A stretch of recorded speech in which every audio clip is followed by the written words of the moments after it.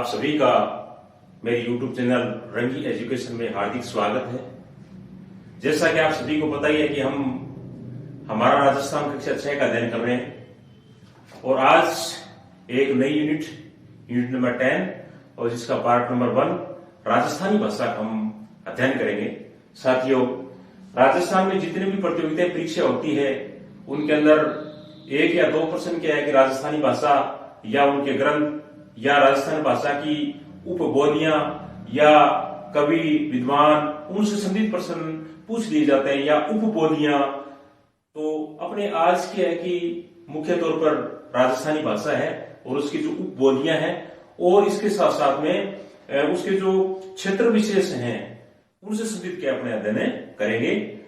तो मैं आपसे एक निवेदन करना चाहूंगा कि यदि आप मेरे चैनल पर नए हैं तो इससे पहले के जो वीडियो हैं वो आप देखने का अवश्य प्रयास करें, जो आपके लिए बहुत ही लाभदायक सिद्ध होगी। चलो साथियों, क्लास से शुरू करते हैं। राजस्थानी भाषा की जो उत्पत्ति है वो सौरसेनी के गुज्जर अपभ्रंश से मानी जाती है। किससे मानी जाती है राजस्थानी भाषा की उत्पत्ति? सौरसेनी के गुज्जर अपभ्रंश से मानी जाती है। साथियों, राजस्थानी भाषा एक बहुत ही प्राचीन भाषा है। इसका विक्रमी संवत 1835 के अंदर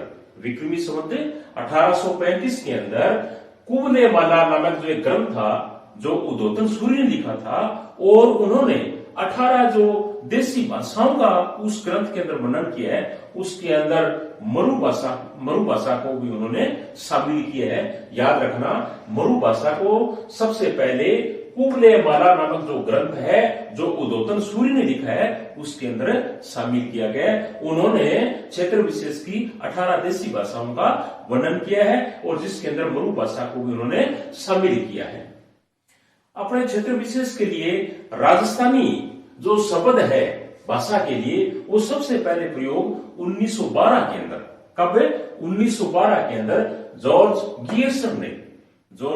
गियर्सन ने एक किताब लिखी थी और उसका किताब का नाम था linguistic survey of India. Book के अंदर 1912 के अंदर जॉर्ज गियर्सन ने इस क्षेत्र के अंदर जो भाषा बोली जाती है उसके लिए राजस्थानी शब्द है वो सबसे पहले प्रयोग किया। इसके साथ साथ में राजस्थानी भाषा का जो वर्गीकरण है वो भी डॉक्टर गियर्सन ने 4 प्रकार से किया है या 4 भागों में किया है, जो अपने इस प्रकार बता सकते हैं। सबसे पहला भाग है पश्चिमी राजस्थानी, दूसरा भाग है उत्तर पूर्वी राजस्थानी, तीसरा भाग है मध्य पूर्वी राजस्थानी और चौथा भाग है दक्षिण पूर्वी राजस्थानी। अब हम दोबारा एक एक करके देख लेते हैं। पश्चिमी राजस्थानी के अंदर जो उपबोलियां आती है वो इस प्रकार से है मारवाड़ी, मेवाड़ी, बांगड़ी और शेखावटी। कौन कौन सी? मारवाड़ी, मेवाड़ी, बांगड़ी, शेखावटी, ये बोलियां पश्चिमी राजस्थानी के अंदर आती है।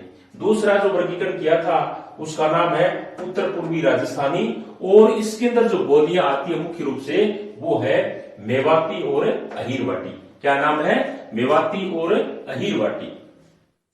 तीसरे पार्ट के अंदर जिसका नाम था मध्य पूर्वी राजस्थानी के अंदर ढूंढाड़ी और हाड़ौती बोली आती थी। चौथा जो पार्ट था दक्षिण पूर्वी राजस्थानी, इसके अंदर जो बोली आती थी वो 2 हैं, मालवी व निमाड़ी। ये वर्गीकरण साथियों डॉक्टर गियर्सन ने किया था। अब मारवाड़ी जो बोली है उस मारवाड़ी बोली राजस्थान के अंदर जितनी भी बोलियां बोली जाती है उनमें सबसे ज्यादा समृद्ध भाषा रखती है या राजस्थान की सर्वाधिक समृद्ध जो भाषा की जो श्रेणी के अंदर जो बोली जाती है वो है मारवाड़ी। और मारवाड़ी का साहित्यिक रूप है वो डिंगल कहलाता है। क्या कहलाता है? मारवाड़ी का साहित्यिक रूप डिंगल कहलाता है और मुख्य रूप से राजस्थान के अंदर मारवाड़ी बोली का जो क्षेत्र है वो जोधपुर, बीकानेर, जैसलमेर, पाली, नागौर, जालौर और सिरोही जिले के अंदर मिलता है।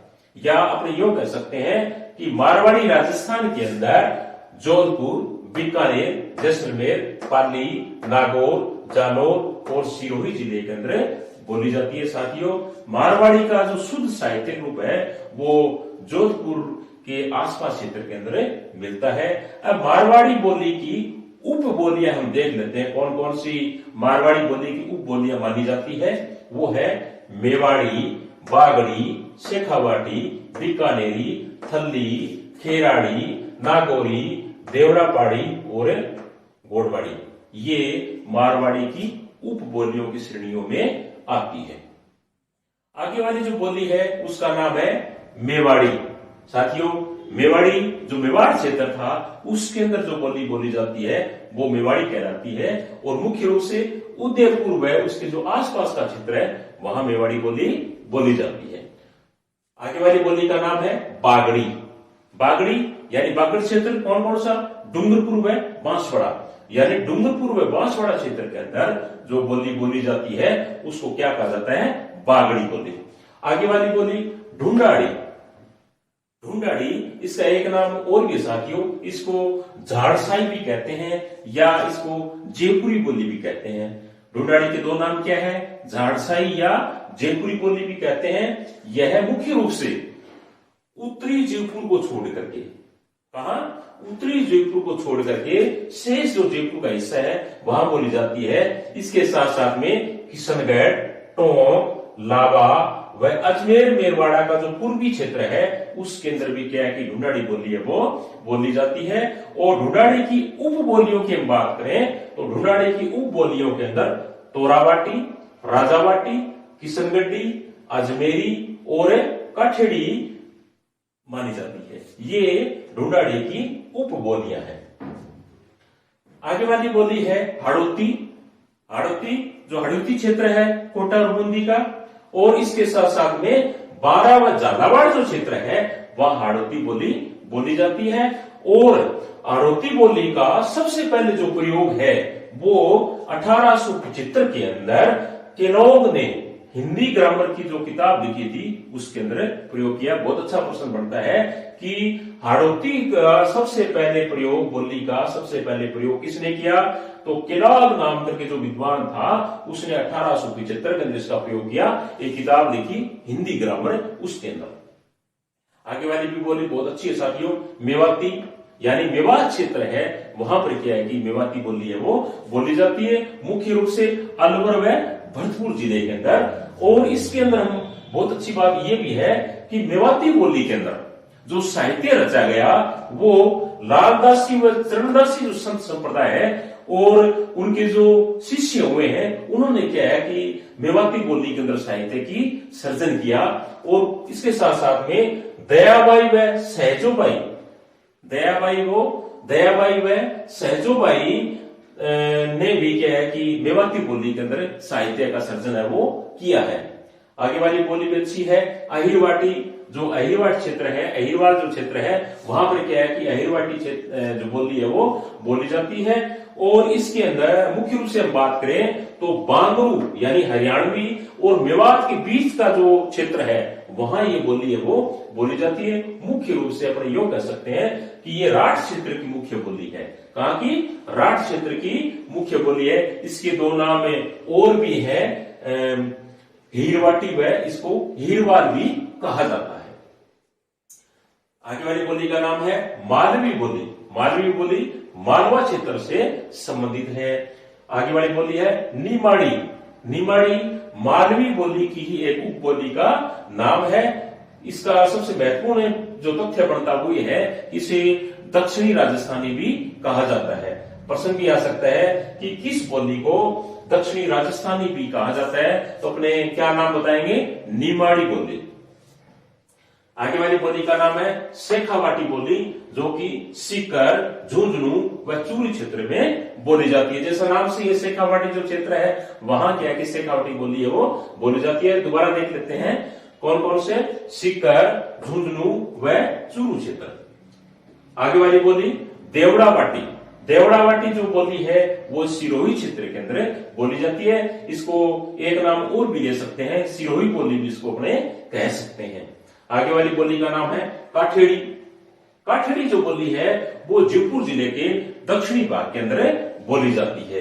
राजावाटी बोली ये जयपुर जिले के पूर्वी भाग में बोली जाती है। और आगे वाली बोली का नाम है गोड़वाड़ी। गोड़वाड़ी बोली जालोर व पाली जिले के अंदर बोली जाती है। प्रश्न भी आ सकता है कि जालोर व पाली जिले में बोले जाने वाली बोली का नाम बताइए, तो अपने क्या बताएंगे? गोड़वाड़ी।